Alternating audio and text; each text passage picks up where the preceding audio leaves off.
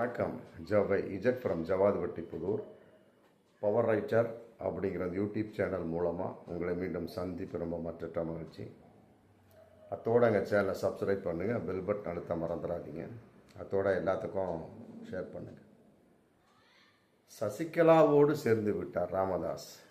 கூட்டணி எதிர்பாராத ஒரு கூட்டணி தான் அது. ஒரே நாளில் கட்சி ஆரம்பித்தார்.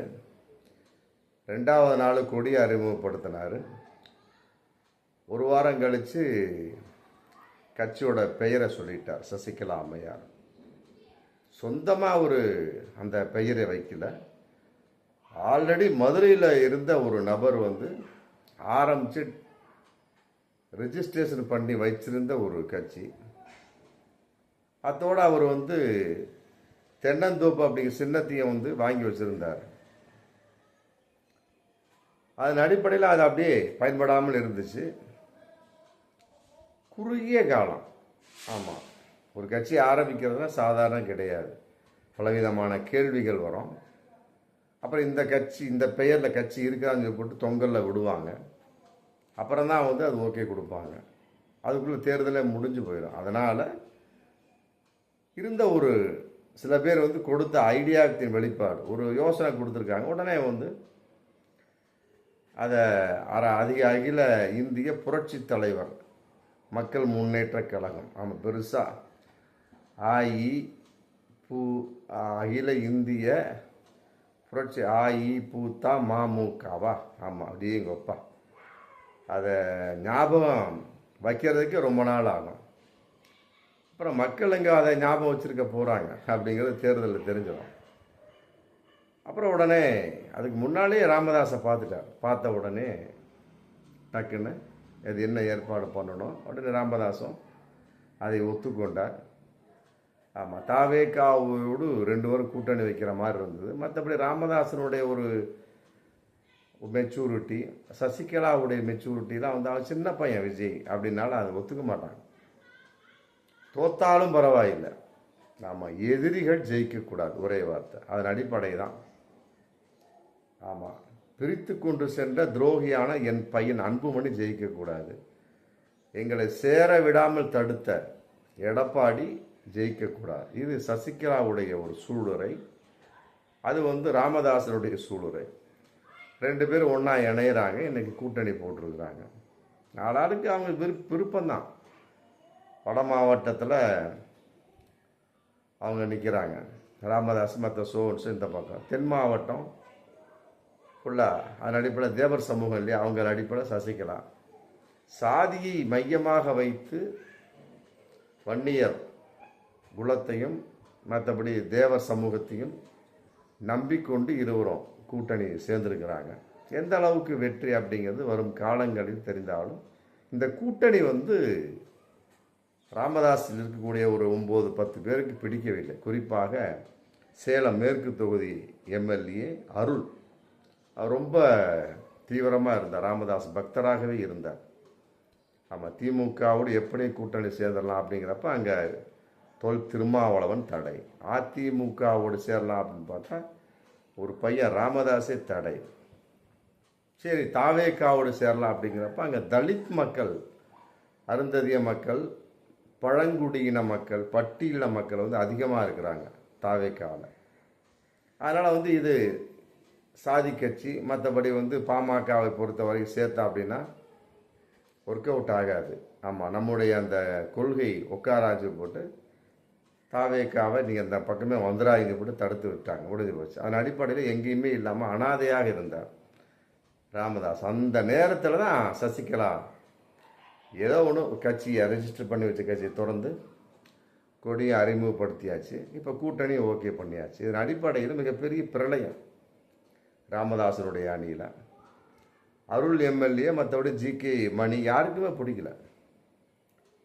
திடீரென்று ஏற்பட்ட கூட்டணி ஒரு பக்கம் இருந்தாலும் அவர்கள் எதிர்பார்த்தது ஒரு கூட்டணி திமுகவோடு, அவ்வளவுதான்.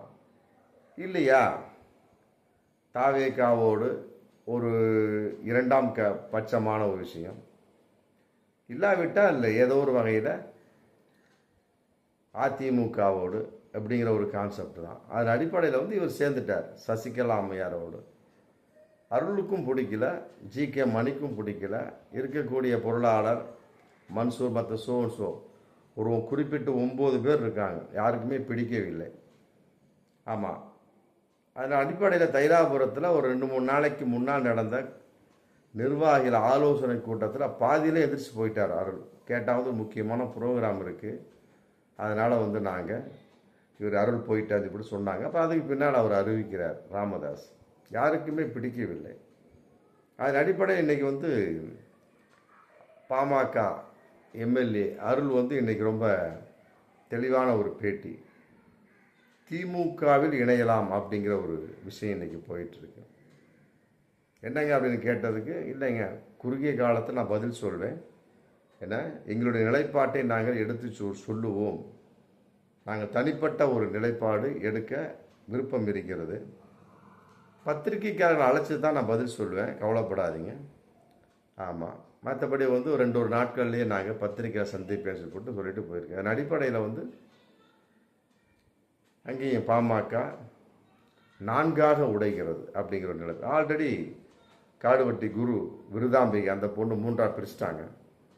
இவர் பிரித்தார்னா 4. ஆனால் தனி கட்சியெலாம் ஆரம்பிக்கல, அவருடைய அந்த ஒரு தொண்டர்கள், அவருடைய விருப்பமானவர்கள், அவருக்கு சார்ந்தவர்கள், மற்றபடி அவருடைய ஒரு நெருக்கமானவர்கள் இருப்பாங்க இல்லையா, அவருக்கு ஆதரவாளர் இருப்பாங்க இல்லையா, அவங்கெல்லாம் என்ன பண்ணுவாங்க, எந்த கட்சிக்கு இவர் போகிறாரோ சேர்ந்துருவாங்க. அது வந்து திமுகவாக இருக்கலாம் அப்படிங்கிற ஒரு நிலைப்பாடு இன்றைக்கி வந்தாச்சு. திமுகவை பொறுத்தவரையும் ஆல்ரெடி போன தேர்தல் 2021 13 கட்சி தான் கூட்டணி, இன்னைக்கு 26 கூட்டணி, 26 கட்சிகள்.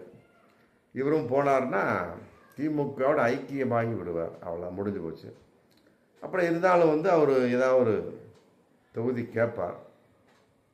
அப்போ அங்கே வந்து திமுகவுக்கு மிகப்பெரிய ஒரு நெருக்கடி, இடர்பாடு, அதையெல்லாம் தாங்கி கொண்டு கட்டாயமாக திமுக செயல்படும். என்றாலும் பாமகவினுடைய ஓட்டு ராமதாஸுக்கு இந்த வகையிலும் இல்லை அப்படிங்கிற ஒரு தகவல் இன்னைக்கு போயிட்டுருக்கு. அதன் அடிப்படையில் ராமதாஸ் சசிகலா கூட்டணி எந்த அளவுக்கு ஜெயிக்கும் அப்படிங்கிற பார்க்கக்கூடிய சமயத்தில் கட்டாயமாக பிறரை தோற்பதற்கு இவர்கள் பயன்படுத்தப்படுகிறார்கள். பிறர் தோற்பதற்கு இவர்கள் அறிவிப்பு செய்து விட்டார்கள், பிறரை தோற்கடிக்க வேண்டும் அப்படிங்கிற நிலைப்பாட்டுக்கு இவர் வந்து விட்டார். அதனால் வந்து யாரை பற்றியும் கவலை இல்லை. ஆமாம், அது ஒரு வார்த்தை சொல்லியிருக்கிறார், மகனே போயிட்டான் இவங்களும் அப்படித்தான் அப்படின்னு சொல்லியிருக்கிறார். யார்? ராமதாஸ். அப்படிங்கிறப்ப எந்த நேரத்தையும் மகனோடு அவர் இணைந்து விடலாம், இப்படி ஒரு தகவலும் போகுது. 2 நாளைக்கு முன்னால் வந்து அமித்ஷா வர சொல்லி டெல்லிக்கு போனார் பாருங்க அன்புமணி. அங்கே வந்து அமித்ஷா சொல்லியிருக்கிறார், எப்பா உனக்கு மாம்பழம்லாம் கிடைக்காது, அதெல்லாம் ஏற்றுக்கவே முடியாது, உங்கள் அப்பாவோட கலந்து எல்லாம் ஒன்றா கட்சியை பண்ணிடுங்க, அப்புறம் பார்க்கலாம் போட்டு சொன்னதாக ஒரு தகவல். அப்புறம் இங்கே வந்து இப்போ போட்டாச்சு. ஆமாம், பாமகவுக்கு அன்புமணி பிரிவுக்கு 18 சீட்டு அதிமுக ஒதுக்கிட்டாங்க, தொகுதி பங்கீடு முடிஞ்சது. ஆமாம், அதன் அடிப்படையில் வந்து எந்த சின்னத்தில் போட்டியிட போகிறார்கள் அப்படிங்கிறது இன்றைக்கி மிகப்பெரிய ஒரு கேள்விக்குறி. அன்புமணியை பொறுத்த வரைக்கும் போட்டியிடக்கூடிய சமயத்தில் கட்டாயமாக அது மாம்பழமாக இருக்காதுங்கிற தகவலும் போயிட்டுருக்கு.